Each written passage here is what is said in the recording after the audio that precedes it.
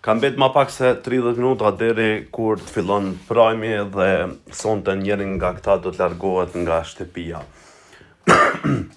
Bazuar në lojnat edhe ngjarjet brenda shtëpisë, se si janë zhvillu, personalisht mendoj që vetë renditja këtu, për shkak kuptohet emrave, është ajo që shtregon se kush është më i rrezikumi.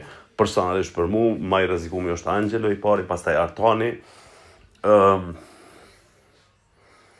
Nuk mendoj që dikush tjetër është i rrezikum këtu, po ju personalisht kush mendoni që do të largohet, a për me largu ka plot këtu që i kisha largu pa tjetër, por jo në këtë nominim, sepse s'do t'ishte fair me largu në këtë nominim dikon më të fort në rast se janë kështu të gjithë çunat.